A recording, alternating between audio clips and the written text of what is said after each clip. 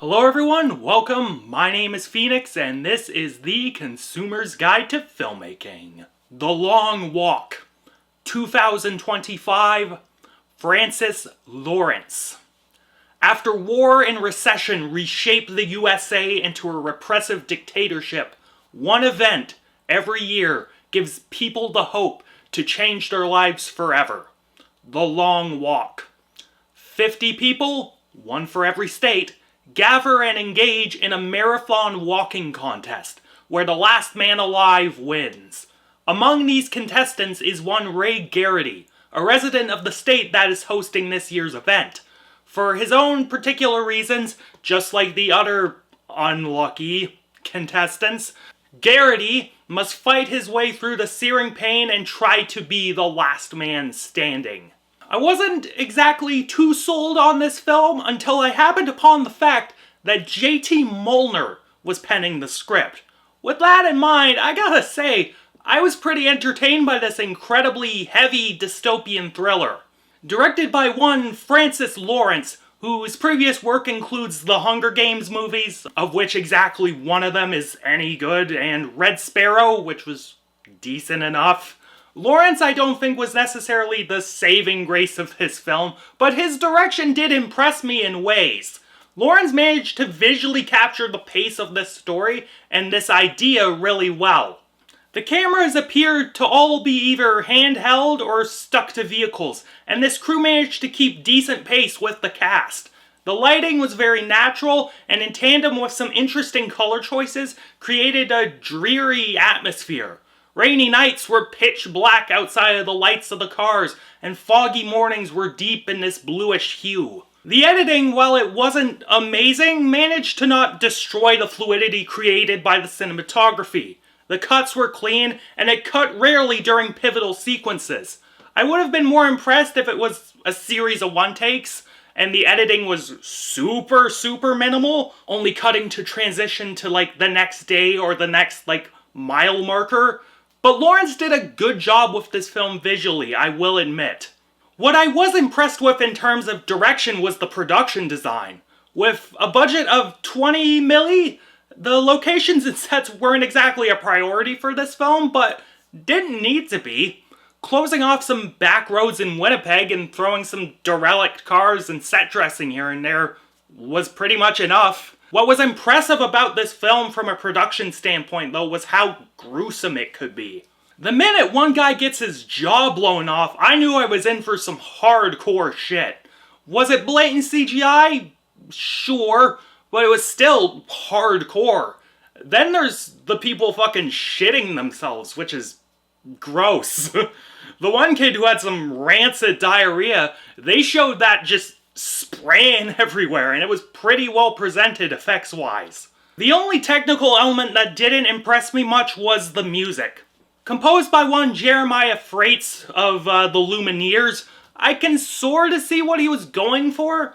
Some pieces had a very religious feeling to them, and had these ghostly synths or strings moaning as these people were dying, but compositionally, I just wasn't impressed with what he was doing.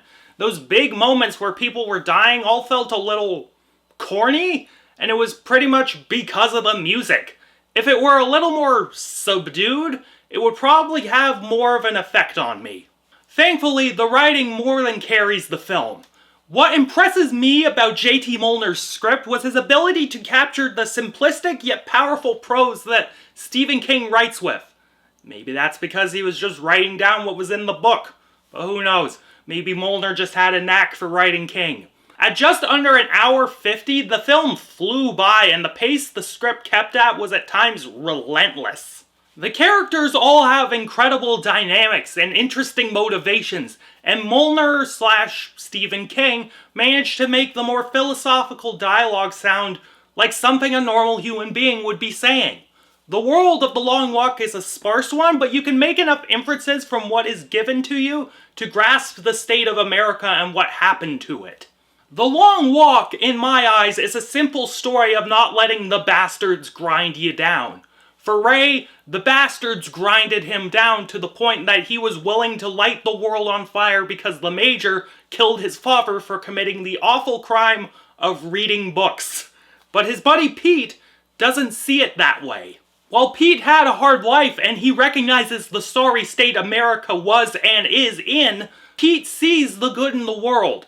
In the end, Ray sacrifices his life and chants at revenge because he stopped seeing that life was worth living, and Pete didn't. Pete still had a heart, and he had hope.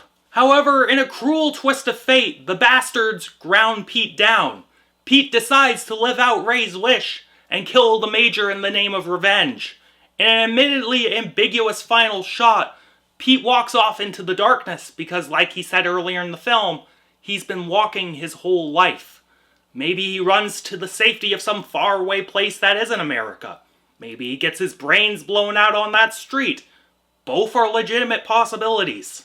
Carried by a stellar ensemble cast, there are multiple standouts in this film. Cooper Hoffman plays the lead role of Ray Garrity. Hoffman in this film is incredibly charming, even during the most stressful and harrowing parts of the story. His ability to show a natural level of emotion, but not overblow it into melodrama, was admirable. Same goes to David Johnson, who played Pete. He played him like the sort of guy you just can't help but smile at. He was charismatic, he was fun, but he also knew how to hit those really meaty emotional beats with poise.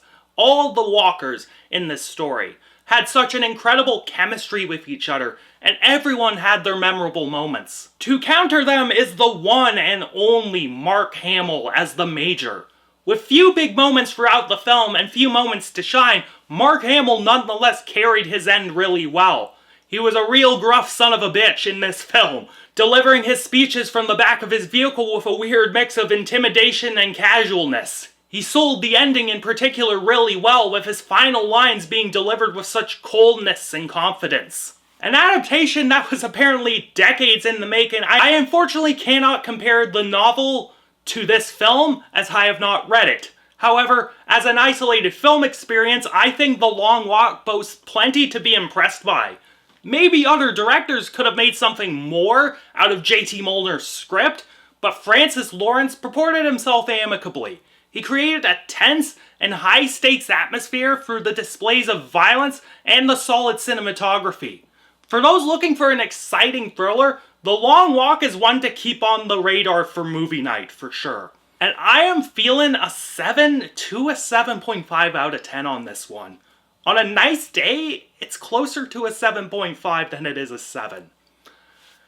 Catch you later, guys.